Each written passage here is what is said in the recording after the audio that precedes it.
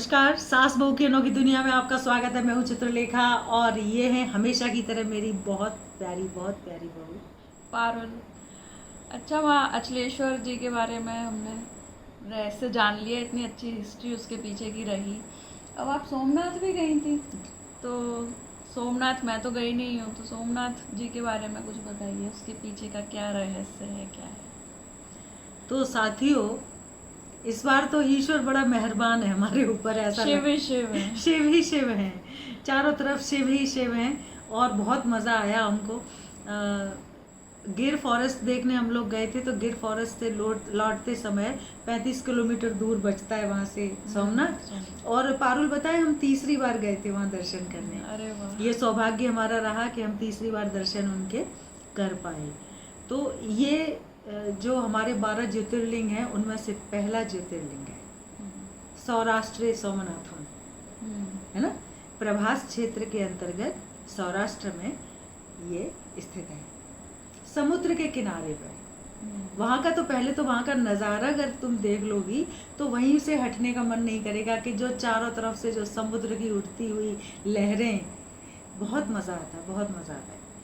अच्छा, इसके जो पुराना मंदिर है, 2 मंदिर हैं सोमनाथ में, 2 मंदिर हैं। तो एक पुराना मंदिर है जहाँ पर आक्रमणकारियों ने आक्रमण किए थे कई बार, और दूसरा सरदार वल्लभ भाई पटेल ने जिसका निर्माण कराया था वो।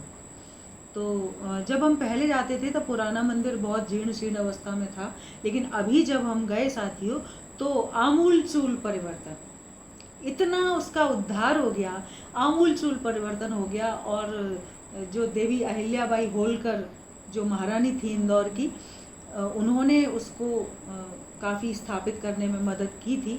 तो उनका एक स्टैचू बनाकर वहाँ पर स्थापित करवाया गया है। बहुत प्यारा स्टैचू है और हाथ में शिवलिंग को लिए हुए, बहुत अच्छा। तो वहाँ पर जब हम गए तो हमने पहले तो हम जो पंडित जी थे उनसे बात हुई हमारी, और फिर हम सबसे पहले हमारा सौभाग्य ये रहा कि अभिषेक करने का मौका, वो भी सोमवार के दिन। तो अभिषेक करने का मौका हमें मिला। तो पहले तो हमने अच्छे तरीके से, आप लोग वीडियो देखेंगे, अभिषेक किया। और अभिषेक करने के बाद हम जो मुख्य मंदिर है अभी लेटेस्ट वाला, वहाँ पर दर्शन करने गए। तो दर्शन हुए बहुत अच्छे तरीके से, प्रसाद लिया और उसके बाद हम काफ़ी देर बैठे वहाँ पर, फिर बाहर आए। तो अब इनका जो रहस्य है वो ये कि क्यों सोमनाथ नाम है इनका। ये जो राजा दक्ष की 27 कन्याओं का ब्याह चंद्रमा के साथ हुआ था, लेकिन चंद्रमा सिर्फ और सिर्फ रोहिणी से प्यार करता था।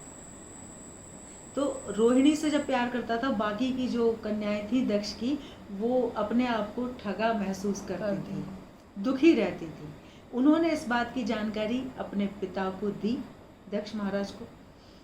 तो पिता ने अपने दामाद को, चंद्रमा को समझाया, चंद्रदेव को समझाया कि ऐसा मत करो, ये सभी तुम्हारी पत्नियां हैं, केवल रोहिणी ही नहीं है। तो चंद्रदेव ने वहाँ कुछ न कहते हुए अपना काम चालू रखा। मतलब जो रोहिणी के साथ उनका प्रेम था वो उसी हिसाब से उतना ही मजबूत बना रहा, और बाकी कन्याओं के साथ कोई संबंध उनका उतना था नहीं। फिर उन्होंने जाकर शिकायत की, उन कन्याओं ने अपने पिता से। कहाँ जाएगी कन्या, कहाँ जाएगी, शिकायत होगी अगर ससुराल में तो अपने पिता को ही बताएगी। तो फिर जाके शिकायत की। उन्होंने फिर बोला, समझाया चंद्रमा को कि ऐसा मत करो, लेकिन वो चंद्रमा अपनी आदत से बाज नहीं आए। तब महाराज दक्ष ने नाराज होकर, गुस्सा होकर उनको श्राप दे दिया चंद्रदेव को कि तुम्हें अभी इसी वक्त से क्षय रोग हो जाए, तुम क्षय रोग से पीड़ित हो जाओ। और कहा जाता है कि उसी समय चंद्रदेव की चमक चली गई, आभा चली गई, और वो क्षय रोग से पीड़ित हो गए। सारी दुनिया में त्राहि त्राहि मचने लग गई। चंद्रदेव ने प्रार्थना की कि अब क्या करूं मैं। तो उनको बताया गया कि तुम भगवान शिव की आराधना करो, वही तुम्हें इस रोग से मुक्त कर सकते हैं। तो फिर चंद्रदेव ने इस प्रभास क्षेत्र में आकर वहाँ पर पार्थिव शिवलिंग की स्थापना की और उनकी आराधना करी। कहीं कहीं ये भी मिलता है कि उन्होंने शिव की आराधना की और इतनी तल्लीनता से, इतने मनोयोग से उनकी आराधना की कि शिव खुद उनके सामने शिवलिंग के रूप में प्रकट हुए। चूंकि और उनका जो क्षय रोग था, अब बड़ी आफत हो गई। जो वचन होता है वो कभी फेल नहीं होता। तो चूंकि उनका श्राप था, तो श्राप पूरा तो नहीं खत्म कर सकते। तो भगवान शिव ने उनसे कहा कि मैं तुम्हें क्षय रोग से मुक्त करता हूँ, लेकिन तुम्हारी पूरी की पूरी चमक हमेशा के लिए नहीं रहेगी। एक पक्ष में चमक बढ़ेगी धीरे धीरे धीरे, और दूसरे पक्ष में धीरे धीरे कम होगी कलाओं के साथ में। ऐसे करके तुम दुनिया का चक्र भी चलाओगे और तुम स्वयं भी एक ऊर्जावान और जो देखने में अच्छे लगते हैं ऐसे रहोगे। शीतलता तुम्हारे अंदर रहेगी। तो उसी के हिसाब से जो दो पक्ष होते हैं, शुक्ल पक्ष और कृष्ण पक्ष, तो शुक्ल पक्ष में कलाएं क्या होती हैं, बढ़ते बढ़ते बढ़ते पूर्ण कला, जब उस दिन चंद्रमा सब कुछ पूरा होता है पूर्णिमा के दिन, और फिर जो दूसरा कृष्ण पक्ष शुरू होता है पड़वा से, वैसे वैसे कलाएं एक एक करके कम होना शुरू हो जाती हैं और अमावस्या पे पूरी तरीके से समाप्त हो जाती हैं। घोर अंधकार के बीच में छुप जाता है और फिर अगले दिन से फिर शुरू हो जाता है। ये क्रम चलता रहा। और चूंकि भगवान शिव ने उनको क्षय रोग से मुक्त किया था, इसीलिए कहा जाता है कि जिन लोगों को क्षय रोग होता है या जिन बच्चों को सर्दी का असर जल्दी होता है, उनको सोमनाथ दर्शन या सोमनाथ की आराधना, सोमनाथ का मन में स्मरण करने से वो क्षय रोग नष्ट हो जाता है, ऐसा कहा जाता है। तो इसलिए चूंकि सोम चंद्रमा को कहते हैं, तो चंद्रमा की वजह से वहाँ पर वो स्थापित हुए, इसलिए उनका नाम है सोमनाथ। सौराष्ट्रे सोमनाथ चश्री शैल मल्लिकार्जुन। तो सोमनाथ की ये कथा है। और मतलब ये तो वो कथा है कि जो हमने आपको जो है वास्तव में वो सुना दी, पर अंदर का जो गूढ़ रहस्य है वो तो आप जब जाएंगे वहाँ पर तब पता चलेगा। जब वहाँ पहुँचेंगे तब पता चलेगा कि क्या क्या फीलिंग्स हैं आपकी, क्या आप महसूस करते हैं वहाँ जाकर, क्या महसूस करते हैं वहाँ बैठकर। वो तो गूंगे का गुड़ है, वहीं जाकर पता चलेगा। गूंगे का गुड़ है। मेरा अनुभव सिर्फ और सिर्फ मेरा है और आपका अनुभव सिर्फ और सिर्फ आपका होगा, शब्दों से परे है। उसको मैं आपके साथ शेयर नहीं कर सकती क्योंकि शब्द छोटे पड़ रहे हैं, मैं बखान नहीं कर सकती। तो ये आपको बताया सोमनाथ महादेव ज्योतिर्लिंग, प्रथम ज्योतिर्लिंग के बारे में।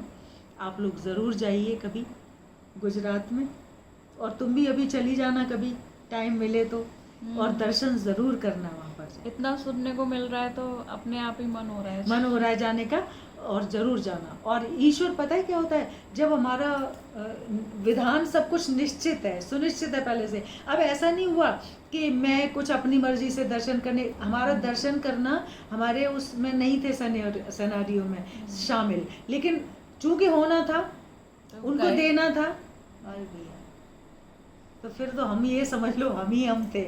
जब दर्शन हो गए ना, फिर तो हम ये लग रहा था कि वाह रे हम, अरे वाह वाह वाह, ये कहने का मन हो रहा था। तो साथियों, बिना समय को गंवाए हुए शिव के सभी एपिसोड ध्यान से देखिए, ध्यान से सुनिए और शिव तत्व के साथ नज़दीकी बढ़ाइए। जब आप सुनेंगे तो एक कदम आगे चलेंगे, जब आप देखेंगे फिर एक कदम आगे चलेंगे। आपने अचलेश्वर महादेव के बारे में सुना, एक कदम आगे। आपने सोमनाथ के बारे में सुना, एक कदम आगे। आपने तंत्र के बारे में सुना, एक कदम आगे। मतलब ये जो रास्ता है, ये जो जर्नी है, हमारी यात्रा है हमारी ज़िंदगी की, ये ऐसे ही ऐसे ऐसे ऐसे करते करते एक दिन शिव तत्व तक आपको निश्चित रूप से पहुँचा देगी। तो इसको पहुंचने के लिए क्या करना है बताइए? लाइक, सब्सक्राइब, शेयर और बेल आइकन पर क्लिक करिए। अब मुझे ये लगता है पारुल, अब हम बार बार ये क्यों कहते हैं? क्योंकि करते नहीं है लोग। अब करिए, आप करिए। मुझे तो अब इसमें अच्छा नहीं लग रहा है कि मैं बार बार ये बोलूं कि सब्सक्राइब करिए, आप है ना इसको शेयर करिए।